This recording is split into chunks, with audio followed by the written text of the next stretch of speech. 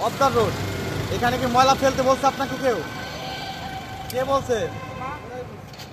ওরা এটা কি ময়লা ফেলার জায়গা? প্রশাসন এনে ফেলে দেখে কি আপনারাও এখানে ফেলবেন? এই যে ময়লা ফেলে আপনারা সচেতন হইতে পারেন না? এদিকে মানুষ চলাচল করে না, আপনি তো ফেলতেছেন। এই যে বস্তা ভরে ভরে আপনি ফেলতেছেন, এটা তো এখানে ফেলেন, ঠিক আছে।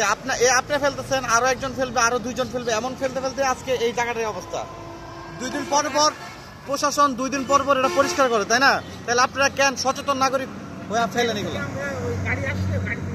হ্যাঁ, গাড়িতে ফেলবেন। আপনার অবদার ওটা কোথায় দোকান?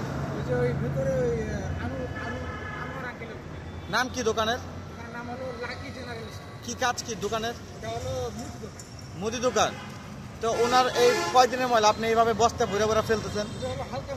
এগুলো যে পলিথিন সহ বিভিন্ন ময়লা এগুলো যে ফেলতেছেন, এই যে দেখেন, এই রোডটা তো আরেকটা মহাসড়ক, তাই না? বিভিন্ন মানুষের দিক দিয়ে চলাচল করে, তাহলে আপনারা এই যে ময়লাগুলো ফেলে কি অবস্থা করতেছেন? মানুষ দুর্গন্ধে যাইতে পারে না।